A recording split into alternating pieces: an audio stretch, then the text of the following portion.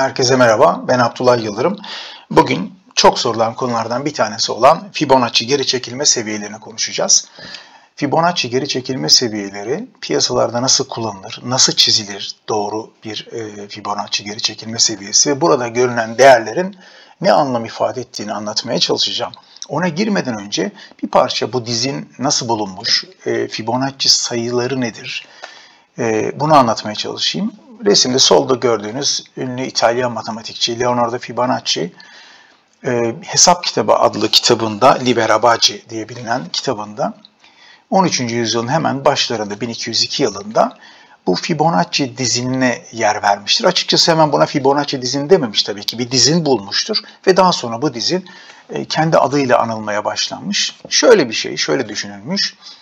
Demiş ki kapalı, izole olan bir ortamda, yani etrafı çevrili bir çiftlik diye düşünebiliriz. Tavşan çiftliğinde bir çift tavşan var. İşte şu bebek tavşanlarımız. Bunlar bir ay sonra ergin oluyorlar, olgunlaşıyorlar. Yani doğurganlık kazanıyorlar ve ikinci aylarında bir çift yavru tavşan yaptıklarını varsayıyor.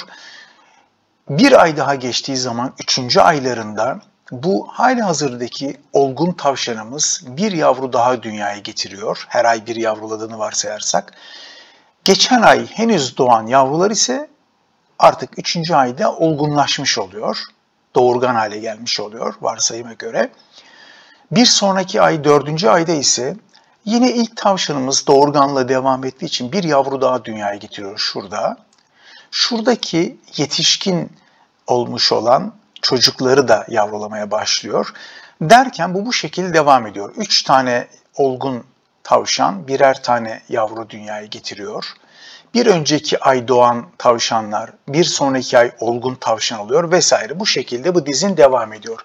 Böylece bir küçük bebek tavşan çifti üçüncü aylarında 2 tane oluyor. 3. aylarında 3 tavşan oluyor. 3 çift tavşan oluyor. 4. aylarında 5 çift, 5. aylarında 8 çift şeklinde dizin bu şekilde devam ediyor. Şimdi dizini bir de yakından görelim. Dizine yakından baktığımızda, yani daha kapsamlı baktığımızda az önce bahsettiğim bir Excel sayfasında bakıyoruz matematiksel hesaplamaları. 1, 3. ayında 2, 3, 5, 8, 13, 21, 34 diye gittiğini görüyoruz. Aslına bakarsanız bu şu şekilde bir de bir önceki ayki sayıyla toplanarak geliyor dizin fark ettiyseniz. 2 sayısına 1 ve 1'i toplayıp 2 oluyor. 3 sayısına 2 ve 1'i topluyor. 5 sayısı 3 ve 5, 8, 5 ve 3. Bu şekilde işte 55, 34 ve 21'in toplaması gibi dizin oluşuyor. Bu sonsuza kadar giden bir dizin. Fakat konu burada bitmiyor. Leonardo Fibonacci diyor ki bu oluşan sayıyı bir önceki sayıya bölünerek bir sayı elde etmeye çalışıyor. Bu da şu rakamları veriyor. 1'i 1'e bölüyor, 1 sayısı çıkıyor. Değil mi? 2'yi 1'e bölüyor, 2 sayısı. 3'ü 2'ye 1,5, 5'i 3'e 1,667 devam var tabii bunun. 8'i 5'e 1,600. Bu şekilde gittiği zaman işte 89'u 55'e böldü. 1,618 devam ediyor tabii. Bir süre sonra rakamın 1,618'e yaklaştığını ve artık hep giderek 1,618'e yaklaştığını fark ediyor. Burayı ben maviyle işaretledim. Şunları kaldıralım hadi bakalım önce. Daha sonra sadece tabii bununla yetinmiyor.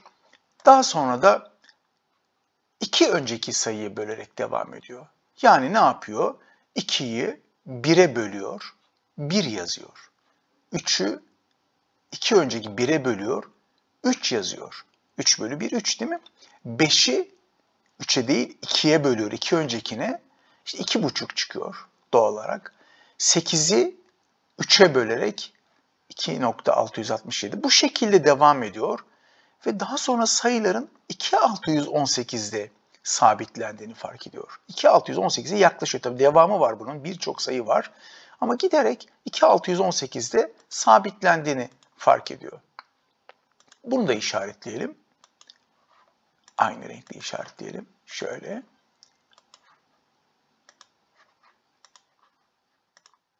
Daha sonra bir öncekine bölmüştük, 2 öncekine böldük. Bu defa bir sonrakine bölüyor. Yani 1'i 2'ye bölüyor. Yani yarım 0,5 diye buraya yazıyor. 2'yi 3'e bölüyor. 0,667. 3'ü 5'e bölüyor, 5'i 8'e bölüyor. Bu şekilde bir dizin daha yakalıyor. Burada da fark ediyor ki 0,618'de rakam sabitlendi. 0,618. Bunu da bir şekilde işaretliyoruz. Dikkat ediniz 1,618, 2,618, 0,618. Bu defa bir sonrakine değil, iki sonrakine böleyim diyor. İşte aynı benzer şekilde 0,382'de sabitlenmeye başlıyor rakam. Yani hep bir yerde sabit sayılar oluşmaya başlıyor. Bunu da işaretleyelim. 3 sonrakine de bölelim diyor. Böldükten sonra burada 0,236 gibi bir başka sabit sayı buluyor. İşte bunlar önemli sayılarımız. Fibonacci dizini burası, Fibonacci serisi burası. Fakat o seriden elde edilen sayılar ise gizemli sayılar diyelim. Birazdan kullanacağız bu sayıları. Bu sayılarsa bunlar. Bunlardan en önemlisi açıkçası 1,618 ve 0,618. Bunlar çok sık karşımıza çıkan şeyler. Altın oran da biliniyor. Çok Fibonacci'den çok daha önce, binlerce yıl önce bulunmuş bir altın oran, golden ratio. Fotoğrafçılıkta çok sık kullanılır. Hatta birkaç tane örneğini vereyim bunların. Bakın altın oran yani golden ratio neymiş? İşte insan vücudunda, insan anatomisi çok yaygın. Diyor ki insanların kollarının parmak ucundan dirseğe kadar olan kısmının geri kalanına, omzuna kadar olan kısma oranı yani B bölü A 1,618'dir diyor. Aynı şekilde dirseklerinden bileklerine kadar olan kısmının uzunluğu, bileklerinden parmak uçlarına kadar olan kısma oranı ise yine 1,618'dir diyor. Aynı şekilde omuz genişliğinin uzunluğu, şurada görüyorsunuz, omzundan dirseğe kadar olan mesafeye bölerseniz o da 1,618 çıkar diyor. Örnekler çoğaltılabilir. Yine insanların başının tepesinden kalçasına kadar olan mesafe ve kalçadan ayağın tabanına kadar olan mesafeyi oranlamış. Ayağın tabanına kadar olan mesafenin üstteki mesafe bölünmesi yine 1,618. Parmaklar için de aynı örnekler var. Gerçekten 1,618 ya da 0,618 doğada da çok sık karşımıza çıkıyor. Bunun birkaç örneğini verelim.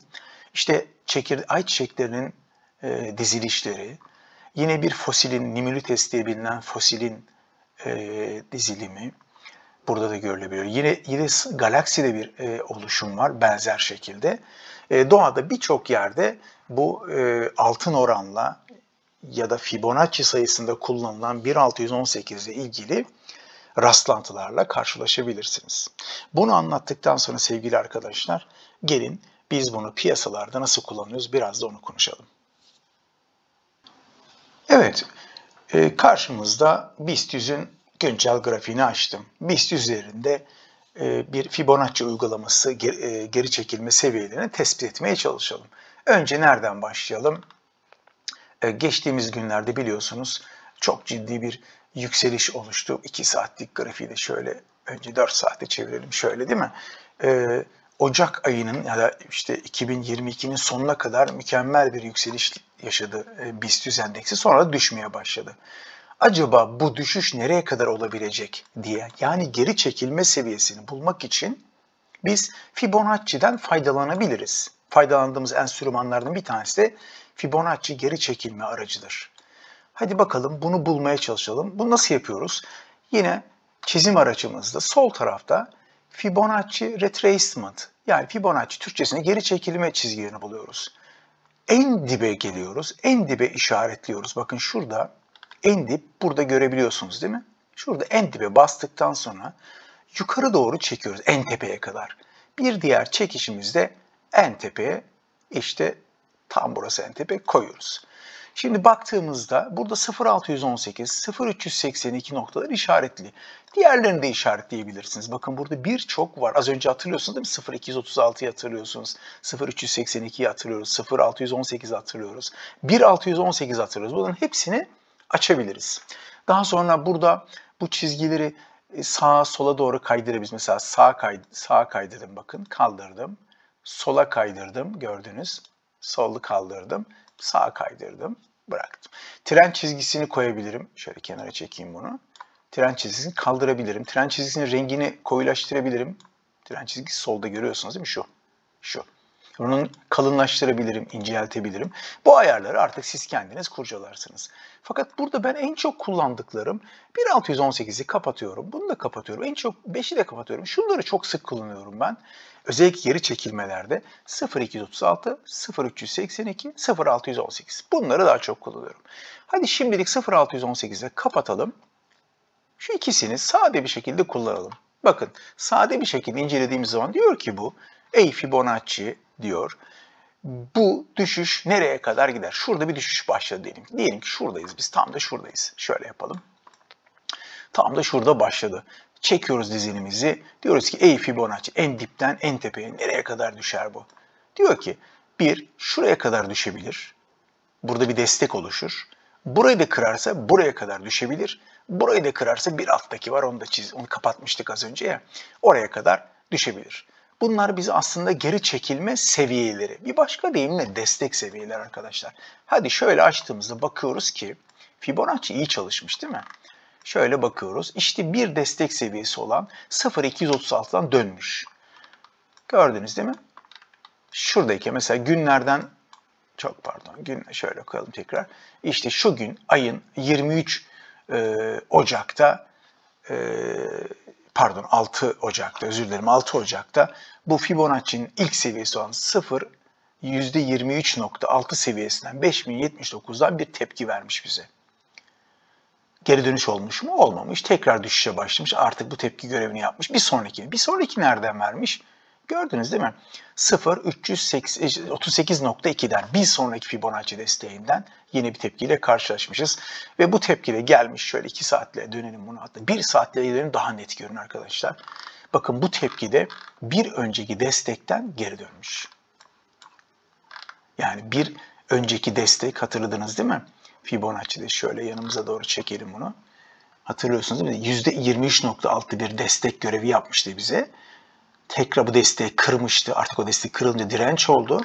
Yine aynı seviye bize direnç olarak karşımıza çıktı. Fibonacci 23.6 direnç olarak karşımıza çıktı. Şimdi buradan acaba yukarıya tekrar kırabilir mi bunu? Yoksa buradan aşağı mı gelir? Burayı tekrar kırarsa nereye gider? Onu da nasıl bulacağız? Bir sonrakini açacağız. Neydi? 0.50'yi açacağız. Hatta şunu da açalım 0.618'de. Yani bir sonraki seviyelerde, yani hangi seviyeler? Şu çıkışın, 3000'lerden başlayan çıkışın düzeltme, geri dönüş seviyeleri bunlar olabilir diyoruz. Birinci çalışmış fakat daha sonra tekrar kırmış. İkinci çalışmış, yine tepki vermiş. Bir daha geri gelirse eğer, şurayı kırmayıp geri gelirse, eğer kırarsa burası al sinyali üretebilir arkadaşlar. BIST 100 için söylüyorum. Eğer kırarsa aşağı doğru gelirse, aşağı doğru gelirse, burada tutunamazsa bir sonraki desteğin burası olacağını, 4374 seviyesi olacağını düşünmeliyiz. Burada size ilginç bir detay daha göstereceğim. Bakın şurada şöyle büyütelim. Şurada aşağıya bir kuyruk atışı var. Bu kuyruk, bakın karşılığı da burada. Bu kuyruğun. Şurada bu kuyruğun karşılığı da. Bu kuyruğu görmezseniz ben de görmem diyor. Bakın o da buraya çıkıyor, destek, görüyor musunuz? İlginç. Tekrar kuyruğu da dahil edelim ki Fibonacci'de kuyruklar dahil edilir. Destek biraz daha uzuyor. Sevgili arkadaşlar, şu soru da çok sık geliyor. Bu Fibonacci'yi kullanırken acaba logaritmik mi kullanmalıyız ölçeğimizi? Lineer mi kullanmalıyız? Hiç fark etmiyor arkadaşlar. Fibonacci çizgilerini çekerken ister şu an logaritmik, ister şimdi lineer, aynı noktalar karşımıza çıkıyor. Bakın lineer aynı noktalarda çıkar karşımıza. Logaritmik, lineer fark etmez. Hangi grafiği kullanırsanız çalışabilirsiniz. Peki bu örneği verdikten sonra şimdi biliyorsunuz bir düşüşün içindeyiz. Şimdi burası destekli düşündük. Bir düşüşün içindeyiz. Bir başka şeye daha bakalım. İlla ki buradan bakmak zorunda değiliz. Bir de şuradan bakabiliriz değil mi? Bu tepeden bu düşüşe kadar bir çizgi çekip şuraya kadar, ey Fibonacci, bu yükseliş nereye kadar sürecek? Sürebilir. Bu yükselişi nereleri geçerse ben acaba alım yapmalıyım gibi sorularımıza cevap bulabiliriz. Onun için yine Fibonacci çizgimizi çekiyoruz. En tepeden en aşağıya çekiyoruz.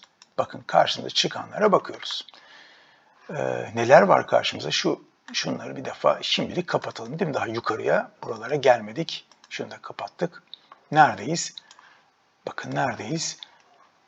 Burayı geçmiş. %23.6. Aslında tam da geçmemiş. Burada bakın şöyle biraz daha hassas çizmeye çalışalım onu. Bakın burada aslında bir yine dirençle karşılaşmış. Değil mi?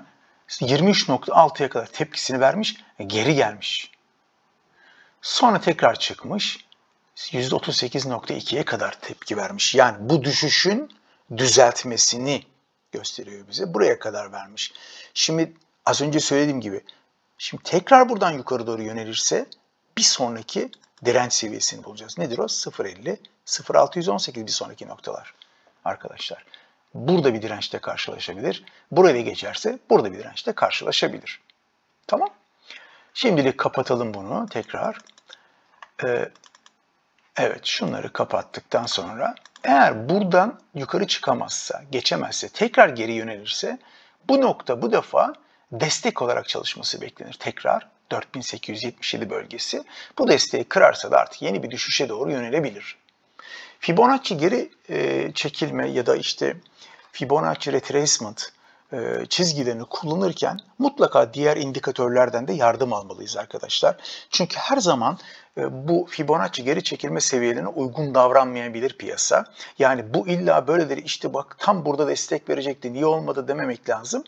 Bunu mutlaka RSI ile ya da ağırlıklı ortalamalarla da desteklememiz gerekir. Fibonacci geri çekilme seviyeleriyle ilgili söyleyeceklerim bu kadar. Eğer merak ettiğiniz, net olmayan bir konu varsa yorumlara mutlaka yazın. Umarım bu kadar karmaşık bir konudur aslında Fibonacci geri çekilme seviyeleri.